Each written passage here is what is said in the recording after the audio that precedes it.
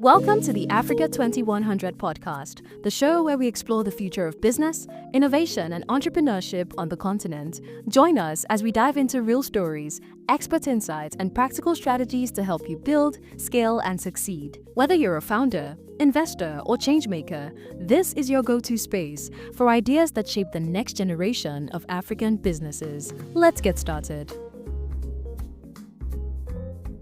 Welcome to the Africa 2100 podcast, where we explore the future of entrepreneurship. I'm your host, Chudi Obiaya, and today we are diving into a critical topic: how entrepreneurs on the continent navigate ethical dilemmas and bureaucratic challenges while staying true to their business vision. Joining us are two incredible guests who have first-hand experience overcoming these obstacles. Soji Apampa is an international expert in corporate and political governance. He is known for promoting ethical business practices, transparency, and fair competition across Africa.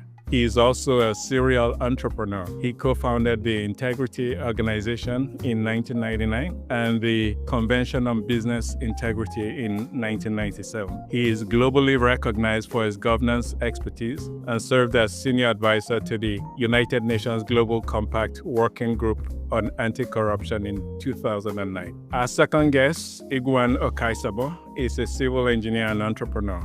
He's the CEO of Construction Kaiser Limited, a thriving building and civil engineering construction company in Nigeria that he founded over 30 years ago in his living room with a modest team of 5 employees.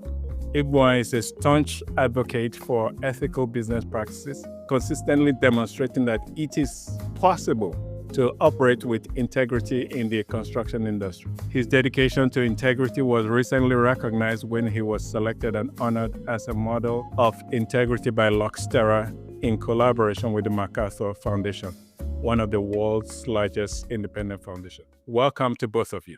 Thank you. Thank you. Many entrepreneurs face ethical and bureaucratic hurdles that test their values and resilience. Is success possible without compromising integrity? That's what we're here to find out. So my first question will be for you, Soji. What are the biggest bureaucratic and ethical challenges entrepreneurs face in our local business environment?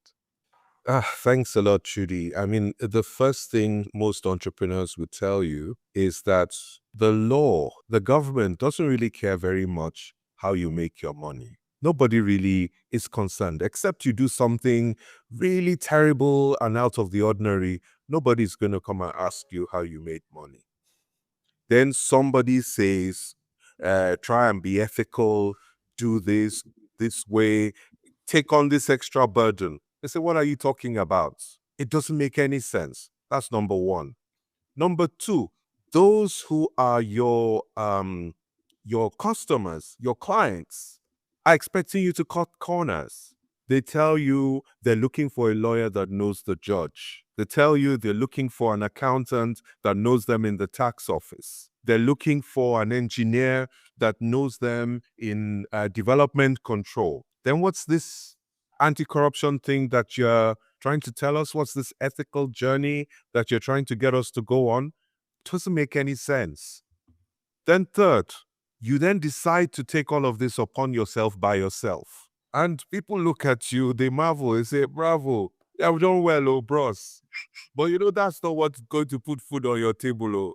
It's nice to have, oh, yeah, we respect you, but no be so. That's not how life is, And people smile, shrug, and walk past you. In other words, you're a time waster, you're a resource waster, good for you. So now, given those challenges where even your potential clients expect you to cut corners, the regulator turns a blind eye. Society thinks, well, it's a nice to have. Then making the case for acting ethically then becomes a major, major issue for most professionals. Back to you, Trudy. Thank you, Soji. Igbuan, from your perspective, in your entrepreneurial journey, have you encountered cultural expectations that pressured you toward unethical practices? and how did you handle that? Thank you very much, Trudy. It's what we face every day. The culture here is that you're expected to play the game. And when you don't play the game, it's a surprise. It's taken for granted. That's the norm, it's the culture. So when they meet people like us, for them it's strange and they don't, it's like you're from some other planet. And for us, it's been easy to do because that's what we chose to do. It's a choice. Doing business ethically is a choice that we made. And I think all entrepreneurs can make the same decisions. And we've faced many challenges. And my good friend Soji, who's here also, there are some times I've had to talk to him to give me advice on how to navigate certain challenges. So we've had many examples where people ask us for bribes and we refuse to pay. And because of that, our invoices are held up. People ask us to make a commitment to them before a job is awarded and we refuse to make that commitment. And because of that, we lose the project. But that's fine. There are times where I had to report, the matter to higher authorities and people have gotten fired. So because of that, you can imagine that some people avoid us. They don't want to deal with us because they feel we're just trouble. But I try to explain to them the effect of corruption in society, and I hope that some of them listen. And something we've also tried to do is that we've tried to grow advocates in the society. We have a foundation called Kaiser Foundation where we try to train people. I mean, Soji speaks every 6 months. We call him to come and speak, and he's happy to. We try to groom advocates in the society to make sure that they understand that when you don't do business ethically, at the end of the day, it comes to hurt you and hurt people that are dear to you. So it's something we face every day. People ask us to pay bribes and we refuse. And we lose cash, but we don't lose our reputation. So, Soji, given what Igbuan just shared with us, what are some practical ways entrepreneurs can navigate bureaucracy while maintaining integrity? Okay, let's start with how do you easily lose your integrity? And what is within your control? Okay, we've been doing work in the maritime sector, and we find that even these things we're talking about entrepreneurs, it happens even to big companies, not just small guys, even big guys. So you bring a vessel to Nigeria. If you don't understand the rules, they'll suddenly tell you that your passport is not a passport. It's not a valid travel document. And if you're not careful, all the crew will face a fine of $2,000 or $4,000 each. And someone is telling you that they've packed all your passports, it's Friday, you're supposed to depart, and they say you cannot go if you don't pay $40,000. Cash, unreceipted. And you're thinking, if I don't go tonight, I'm going to go off charter. If I go off charter, it will cost me anything $50,000 to $150,000 if I go off charter. Oh my God, what do I do? The guy's only asking for $4,000 to be settled. Should I not pay him? And how did you get yourself in that fix? Number one, you didn't create a checklist for yourself of what the requirements are. You did not find out before coming to the country exactly what the standard operating procedures are. And if you hit a snag, how do you escalate the issue? Who are those who can assist you? You have to do that level of homework. So as an entrepreneur, if you really don't want to get into paying bribes, the first thing is to comply with the law. The first thing you need to do, so that when they call you to the side, Oga Parkwell, let me see your license. Here's my license. It's valid. Where are the particulars of this vehicle? You show them, they are valid. Where is this requirement? It's there. And then they melt and say, okay, Oga, just find something for the boys. And so, because they find, okay, they can't use that. But as soon as they find that your documents are not valid, then they say, Oga, you have to bail yourself in this matter. If I take you to station, it's going to be this much. You've opened yourself up to that. So the first thing entrepreneurs have to understand is what are the requirements, the regulatory requirements, and ensure that they are compliant with those requirements. That's the first and most basic step in trying to avoid corrupt demands in a place like Nigeria. The first. It's thereafter that you say, okay, I had done everything, but they're still demanding this. That's where you need backup. You need people you can call. So back to my maritime example, when the masters have shown everything to be compliant and somebody's still demanding that, we have something called the help desk, where they quickly take a photograph of what the government official is saying is not valid, and we are escalating it to their bosses. Their bosses are collaborating with us. They don't know. So their bosses are calling them and saying, excuse me, officer, what did you say is wrong with that document? Please get off that vessel now. And then they're also finding that if there's a criminal thing that they're doing, that there is also accountability because there are some who are willing to arrest them for what they're doing. It's that kind of infrastructure. You need to find partners who can work with you, put such a thing in place so that you can preserve your integrity in spite of the corruption that is going on.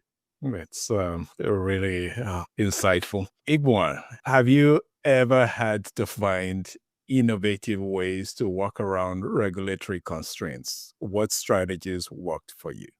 First thing I tell people about doing business in a country like Nigeria is to have a strong network. As Soji just said, you need to have people you can call that can get these people off your back. And also, you need to build the reputation of that person that doesn't pay. So once they know you don't pay, trust me, they're going to let you be because they have the next guy who they need to get money from. Mm-hmm. So once you build that reputation of not paying, it might be difficult initially, you might lose some money, but then once they know you don't pay, they're going to let you be. Once the word is all around in the industry that these guys just don't bother about them, they're not going to pay. They let you be. Now, there's something else we've also done. We've generated goodwill in the community that sometimes we fight our battles even without us having to fight them. We have a foundation. We do things for the community. For example, we had a government project that we did, and we asked for bribes. We refused to pay. We asked for some fluctuation, payments, and then nobody imagined that they would pay us anything. Well, because we're nice to them, even when the project finished, anytime they had problems, they called us. We attend to them. Guess what? We got paid. So we developed goodwill. So that's very strong. Mm-hmm. You still have people who have a conscience. So you can develop goodwill, make friends, be nice to people without actually paying bribes. And you'll be surprised. They'll be there for you even when other people try to make life difficult for you. So having a foundation, serving the community helps to build that. And then advocacy. We try to use our business associations like the Chamber of Commerce, the Nigeria Society of Engineers, the Federation of Construction Industry. We try to push our case through those groups, and we work and we defend. And we went to FRS, we went to fights. We fought as a group, and they have no choice but to listen. And what I always tell people is that when you know people in government, don't use those relationships to just serve yourself. Use it to serve your industry such that you benefit from it in the long term. And, we always talk about, a broomstick. It's very easy to break one broomstick, but when you have 10 broomsticks all tied together, it's difficult to break them. So when you go as a group to fight your battles, it's easier to make things happen. And then also we encourage using technology where we don't have to face people. We advocate for use of technology to do a lot of our things, approvals and all that, and that has helped. So where you don't have to have human interaction face to face unless it's absolutely necessary, then you can get things done. Sir, truly, if I may, John Please. is here. Please. Because there's a very interesting anecdote that Igbuan has mentioned that I want to reinforce, which is that you have to wear your values on your sleeves. It cannot be hidden. People must know what you stand for. Let me give you an example. I used to be the managing director of a global technology company in Nigeria. I was their managing director for Nigeria. And I was brought here specifically, which is what brought me to Abuja in 2004, to come and do business with the public sector. But I insisted on certain things. I took a house a few doors away from the US ambassador, and I threw a lot of cocktails. And the purpose of the cocktails is to inform all the people that I may need to do anything with of our values. We don't give, we don't take. But if there's anything that can improve the sector, we will let you know. Like if there's training going on in India, we will let you know. If there's an opportunity here, we will let you know. But we're not going to get involved. There was a huge project that we had, an opportunity to go for, and we refused to take everything. We could have provided all the software for everything, the whole stack. But instead, we encouraged the client to buy best of breed. And we had a good reason for doing so, because they knew we wouldn't pay. But we know that our competitors would pay. So I cannot hold the whole contract. I will be boxed into a corner. Just let me do the one that I'm best at, and let each other one do what they are best at. They collected from the others, some of them, but nobody ever came to me to ask for a penny. They knew where I stood. So sometimes when procurements come up and I want to start rushing for it, they tell me that, Oga, this one ghetto now. Don't go there. Because they know what I stand for. We're all friends. We meet, we share things, we share opportunities. And sometimes when I'm a bit tardy going for something, they'll say, well, we never know the work of God, though. Maybe you will try this one. You never know. Trying to tell you that they don't know of any interest from above. So it's clean as far as they know. So it saves you a lot of headache when people know exactly where you stand and you're consistent. It's not like you did that on one and then you behave differently on another. Once they know that that's your stand, yes, it will look like you have dry seasons, but you'll also have very good spells where people seek you out because of what you stand for, especially because of what you stand for. So, Soji, with that said, are there any examples of businesses that have thrived that you're willing to share with us while staying ethically sound? Yes, I've got one in front of me here, Construction Kaiser. Let me give you another one. There's a little known hospital group known as Lily Hospitals. You should go and find out their story because they started in the oil and gas industry. They refused to participate in some sharp practices that used to go on in that industry. When on a Friday, someone will come, collect money from the hospital, they will write trumped up illnesses, and the hospital will claim it back from their company. And this was standard practice. But this hospital said, no, we can never get involved in this kind of practice and so on. To cut a long story short, somebody found out that this was going on, and I'm talking about expatriates. They found out what was going on, and they were now looking for a company that they could put on retainer that would do things the right way. This company, that's how they finally broke into the industry after they had been held at bay for years. I know someone else in the technology sector whose company turns over several billion naira a week, being service provider to various telcos. They also don't get involved in this business. I know because it has been tested. Some of their partners tried to stitch them up and claimed that that there was something fraudulent going on. So they had investigations by EFCC, investigations by FIRS. In the end, FIRS now realized that they owed them huge taxes that they had even overpaid. So their international partners who were messing up tried to stitch them up instead. They were the ones who now had to take them to court and sue them. And they got a settlement.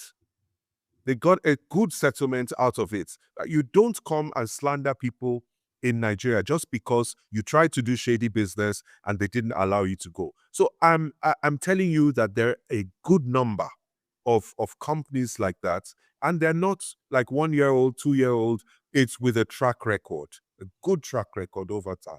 Brilliant. It's hopeful. From your perspective, Igbuan, what steps have you taken to build a culture of transparency and accountability in your business? I know you talked about your foundation and what you're doing with that, giving back to the community. Are there other actions that you've taken within your business? The first thing is to lead by example. You can't say one thing and do another. You have to do what you say and say what you mean. There's no way I'll be able to give a bribe in my company today without one person knowing. For example, to be able to get the money out of the business, either the CFO will know about it, or an accountant will know about it, or the auditors will know about it. First of all, we're audited by the Big Four. one of the big four, Ernst and Young, and they don't accept this kind of things. They question those expenditures. So I think it's first of all to be transparent, lead by example, and make sure that encourage them not to take bribes. And because if you give and you take, it's just a matter of time they will start to take, and your business will suffer from it. So I think it's so important, and speak about it openly. We talk about it openly in the offices, and they know where we stand, even when things are very tough. This time last year, we were awarded 3 projects. We were hoping to get 1, but displayed integrity, and we won 3 rather than 1. It was a shock to us. So is there benefit for living a life of integrity? The answer is yes. Wonderful. This has been quite a stimulating conversation. I'm learning a lot. Soji, as we begin to wrap up, what role do business networks and industry groups play in driving ethical change? They set the temperature. Many of them don't know they set the temperature for their industry. So I am speaking as the chair of the Ethics and Corporate Governance Committee of the Lagos Chamber of Commerce.